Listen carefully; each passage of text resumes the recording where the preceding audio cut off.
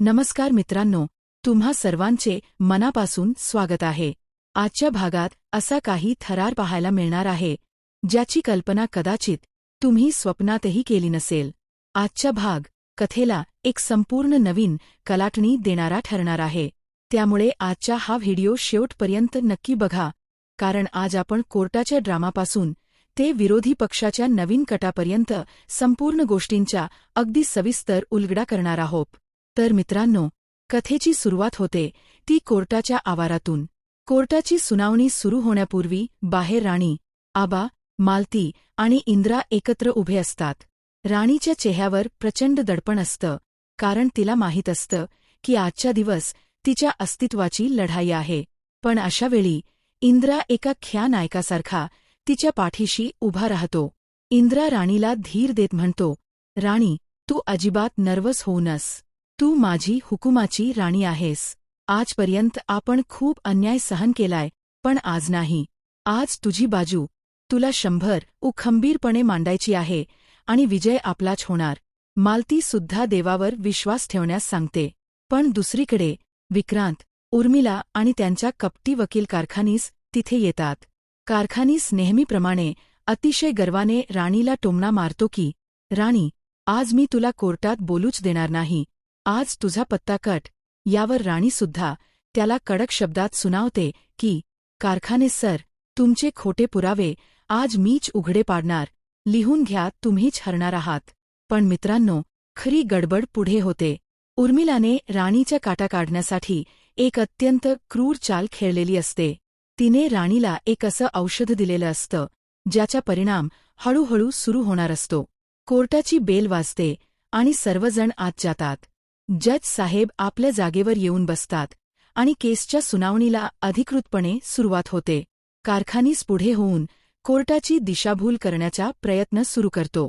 तो म्हणतो, जज साहेब, मूळ कागदपत्रांवर स्वतः इंद्रजित सरांच्या सह्या आहेत। नोटरीवाल्याने सुद्धा त्याला दुजोरा दिला आहे। त्यामुळे आता वेळ वाया न घालवता ही प्रॉपर्टी विक्रांत यांच्या नावावर करण्यात यावी। जेव्हा जज साहेब राणीला विचारतात की, राणी, तुम्हाला यावर काय म्हणायचे आहे? तुमच्याकडे काय पुरावा आहे? तेव्हा राणी पुराव्यांचा पर्दाफाश करण्यासाठी पुढे येते। ती बोलायला जाते, पण अचानक तिच्या गळ्यातून आवाजच फुटत नाही। मित्रांनो, इथे सीनमध्ये प्रचंड सस्पेन्स निर्माण होतो। राणी स्वतःचा गळा पकडते, तिला श्वास घ्यायला त्रास होतो। ती टेबलावरच्या पाण्याचा ग्लास घेऊन पाणी पिते, पुन्हा बोलण्याचा प्रयत्न करते, पण तिच्या तोंडातून फक्त अस्पष्ट आवाज येतो। उर्मिलाच्या औषधाने तिची वाचा पूर्णपणे हिरावून घेतलेली असते। हे पाहून उर्मिला आणि विक्रांत एकमेकांकडे बघून विकृत हसू हसतात। कारखानीस कोर्टाला सांगतो की, बघा जज साहेब, पुराव्याअभावी राणी आता आजारी असल्याचं नाटक करत आहे। जज साहेबांना राणीची अवस्था पाहून दया येते। ते म्हणतात, राणीजी, जर तुमची तब्येत ठीक नसेल तर कोर्ट ही सुनावणी पुढील 15 दिवसांसाठी पुढे ढकलू शकतं। आता विचार करा मित्रांनो, जर 15 दिवसांची तारीख मिळाली असती तर विक्रांतला पुरावे नष्ट करायला आणखी वेळ मिळाला असता। राणीला हे मान्य नसतं। ती नकारार्थी मान हलवते। आवाज गेला तरी राणीची बुद्धी शाबूत असते। ती झटकन एक कागद आणि पेन घेते आणि त्यावर काहीतरी लिहायला सुरुवात करते। ती तो कागद जज साहेबाकडे सुपूर्द करते। जज साहेब तो कागद वाचतात आणि थक्क होतात। राणीने एका जुन्या आणि दुर्मिळ कायदेशीर केसचा संदर्भ दिलेला असतो, ज्यानुसार जर मुख्य पक्षकार बोलू शकत नसेल तर तो स्वतःच्या वतीने दुसऱ्या एका व्यक्तीला आपला आवाज म्हणून कोर्टात उभे करू शकते। कायदा याची परवानगी देतो। जज साहेब विचारतात, ठीक आहे, पण तुमच्या बाजूने इथे कोण बोलणार? राणी आबांकडे पाहत इशारा करते।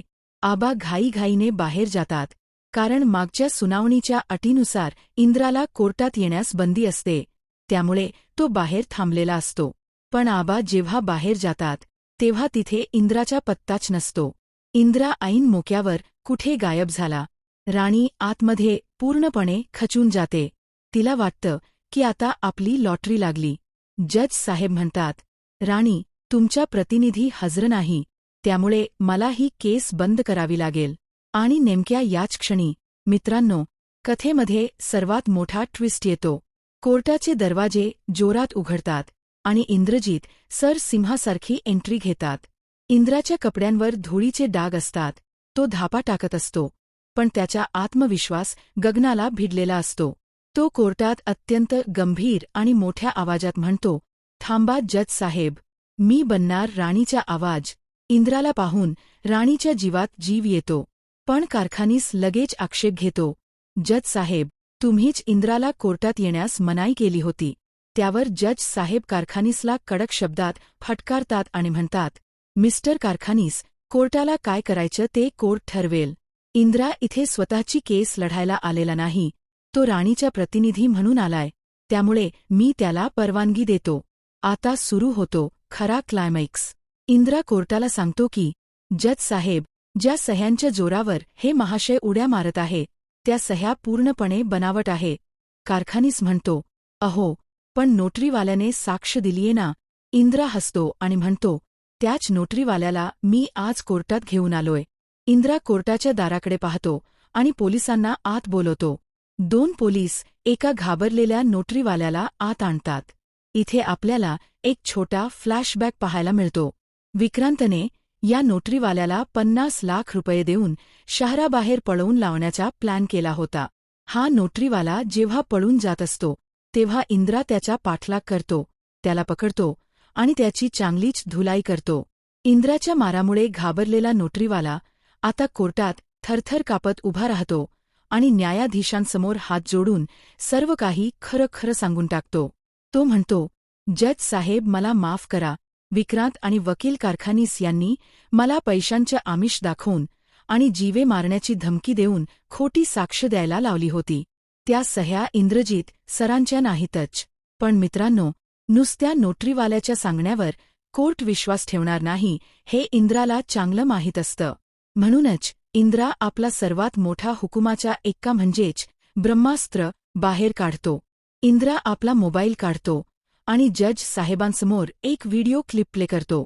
या व्हिडिओमध्ये विक्रांत आणि वकील कारखानीस हे दोघे मिळून एका निर्जन ठिकाणी त्या नोटरीवाल्याला पैशांची बॅग सुपूर्द करताना आणि काही महिने या शहरात दिसू नकोस असं सांगताना स्पष्टपणे कॅमेऱ्यात कैद झालेले असतात.